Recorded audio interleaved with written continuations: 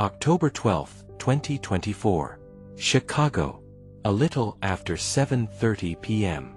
The city's richest and most powerful were gathered inside the Hale corporate tower for a night of celebration. The ballroom glittered with chandeliers, expensive suits, designer gowns, and music that carried pride in every note. It was the kind of night where everyone wanted to be seen. Everyone, except her. Emily Hale sat near the edge of the room, her wheelchair tucked against the wall. She was only 22, paralyzed after a tragic accident 3 years earlier. People brushed past her without a glance, their eyes fixed on the CEO they came to praise, her father. He stood tall on the stage, showered in applause, while Emily sat quietly, ignored in plain sight. The crowd laughed, they cheered, they clapped, but no one asked if she was okay. No one noticed the tears she kept trying to hide. And yet, in that same ballroom, a man who wasn't even on the guest list, someone most people would never remember, was about to step forward. He didn't wear a suit. He didn't carry wealth or power. He carried something else. Something that would make the entire room stop, listen, and never forget what happened that night. It was Wednesday, October 12, 2024, just past 7:30 in the evening when the city's wealthiest business leaders began to gather inside the glass-walled ballroom of the Hilton in downtown Chicago. Golden chandeliers cast their glow across polished floors, tables were dressed in white linen, and waiters moved silently with silver trays. This was no ordinary dinner. It was the annual corporate gala hosted by Edward Carlisle, a man whose influence stretched far beyond the boardroom.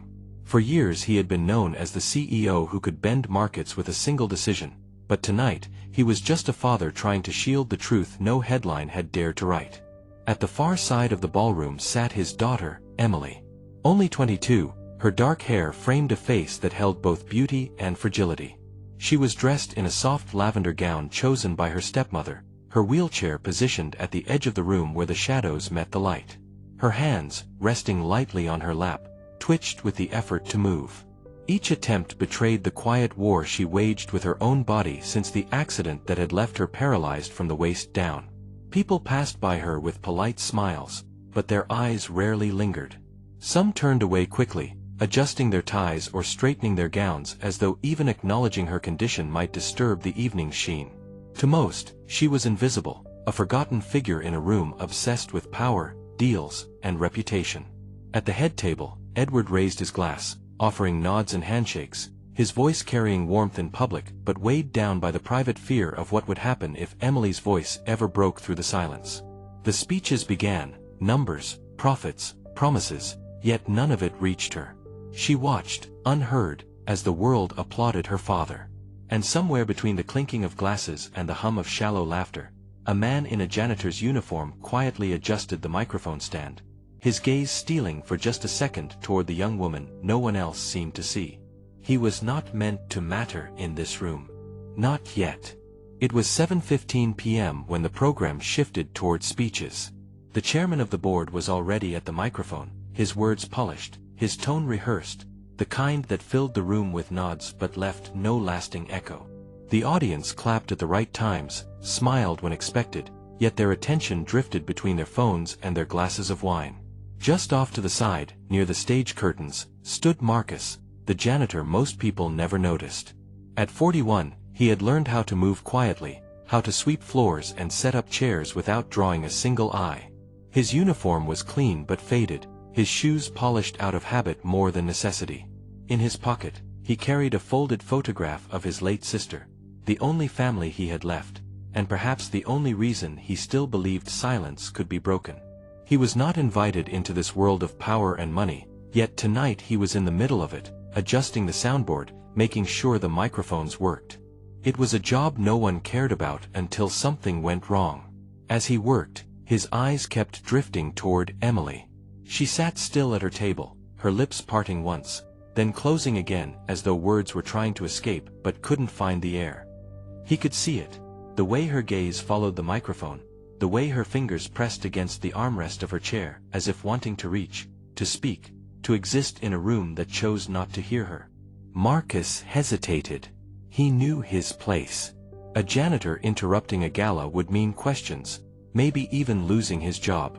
Yet something inside him tightened when he saw a group of young executives laugh too loudly, their chairs angled away from Emily, dismissing her without a thought. His hand rested on the base of the microphone stand. The metal was cool under his touch, steady, waiting. He glanced once more at Emily, at the loneliness in her eyes, then at Edward Carlisle, whose back was turned as he shook hands with donors. Marcus inhaled slowly. One decision could change everything. And for the first time that evening, he realized the microphone was no longer just equipment. It was a doorway. It was 7:28 p.m. when the last speaker stepped down, leaving the microphone resting in its stand, waiting for the next polished voice. The room hummed with low chatter, the clinking of glasses, the shuffle of chairs. In that quiet gap, Marcus moved. His steps were deliberate, slow enough not to draw suspicion, steady enough to hide the storm building inside him. When his hand wrapped around the microphone, the sound system picked up the faint scrape, pulling a few heads toward the stage. At first, no one paid attention. It was only the janitor. A man who carried buckets, not words. But then he cleared his throat, and the room fell into a half-curious silence. His voice, though calm, carried an unexpected weight. He didn't introduce himself, didn't offer credentials, didn't explain why he was there. Instead, he spoke of moments that often go unseen. He told the room how easy it was to measure success by profits and titles, while missing the quiet suffering seated only a few feet away. He talked about people who go unnoticed, not because they lack a story, but because no one bothers to listen. His words cut through the formal air of the gala, stripped of rehearsed polish, carrying something far rarer, truth. At table 7, Emily's eyes widened. For the first time that night, the conversations didn't wash over her. They stopped because of her. Marcus didn't say her name, but his eyes found hers, steady, unwavering, as if to hand her the strength she had been reaching for all evening. The crowd shifted uneasily. Edward Carlisle, caught mid-conversation, turned sharply toward the stage, his jaw tightening. A janitor with a microphone was not part of his program. Yet the silence that followed was undeniable. Every guest in that ballroom now leaned forward, not toward the CEO, not toward the chairman, but toward the man who wasn't supposed to matter. And in that silence, Marcus made a choice that could not be undone. He extended the microphone toward Emily. It was no longer about him. It was about her voice. At 7:34 p.m., the ballroom air grew still as Marcus held out the microphone. Emily's hands trembled, her wheelchair inches away from the spotlight, every eye now fixed on her. For a moment, the weight of silence pressed harder than any words could. She glanced at her father, then at the line of executives who had spent the night praising his vision, his empire, his power. Edward Carlisle's stare was sharp, warning, as if willing her to stay quiet. But something shifted inside her. Slowly, she took the microphone, her fingers brushing against Marcus's steady hand. Her first words were soft, almost uncertain, but the room bent closer to hear.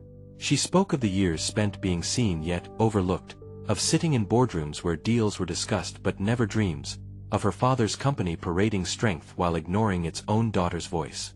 The tremor in her tone turned into resolve. She told them about loneliness that money couldn't erase, about being in a crowd but feeling invisible, about the courage it took for someone without a title to hand her the chance to speak. Her words weren't rehearsed. They carried the unfiltered truth of someone who had been waiting far too long.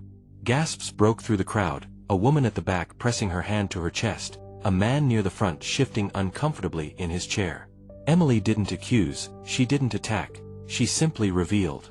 And in revealing, she forced everyone in that hall to look at her not as the CEO's daughter, not as someone bound by a chair, but as a human being with a voice worth hearing. By the time she paused, her breaths uneven but her spirit unshaken, the silence in the ballroom was no longer one of doubt. It was the silence that comes when truth finally takes its place in the room. At 8:12 p.m., the ballroom no longer sounded like a corporate gathering but something closer to a reckoning. Reporters scribbled furiously, cameras caught every twitch of Edward Carlisle's face, and the audience leaned in as if unwilling to miss a single word. Emily remained in her wheelchair at center stage, her voice steady, her presence commanding in a way no title could grant. Edward finally spoke again, but this time it was not the polished tone of a CEO. It was the voice of a father confronting a truth he could no longer silence. He admitted that his daughter had been left out, that her voice had been dismissed, that her struggles had been overlooked in a house filled with everything but compassion. For the first time, he pledged publicly to change, not with speeches or polished statements, but with action that could not be taken back. The room erupted in a mix of murmurs and quiet nods, some skeptical, others deeply moved. Marcus stood close, his hand resting lightly on the back of Emily's chair, a silent reminder that courage is not always loud, but it is always heard when spoken at the right moment. The microphones recorded every word, the lights caught every glance, and the world outside the ballroom would soon hear about this night, when a cleaner gave a microphone to the one voice no one had expected. Emily looked out at the crowd, her expression calm, her silence now stronger than any applause. What began as an evening scripted to showcase power ended with the most fragile voice in the room becoming the strongest. Sometimes it only takes one moment, one person willing to listen, to remind us that the voices we overlook are often the ones that change everything. And as the ballroom lights dimmed and the last camera flashes faded, the story of Emily Carlisle and the night she was heard was only beginning to echo far beyond those walls. If you believe voices like Emily's should always be heard, then don't let this story stop here. Subscribe to the Empathy Room, where we bring you real stories that remind us what it means to listen, to feel, and to care. Because sometimes the smallest voices carry the greatest truths.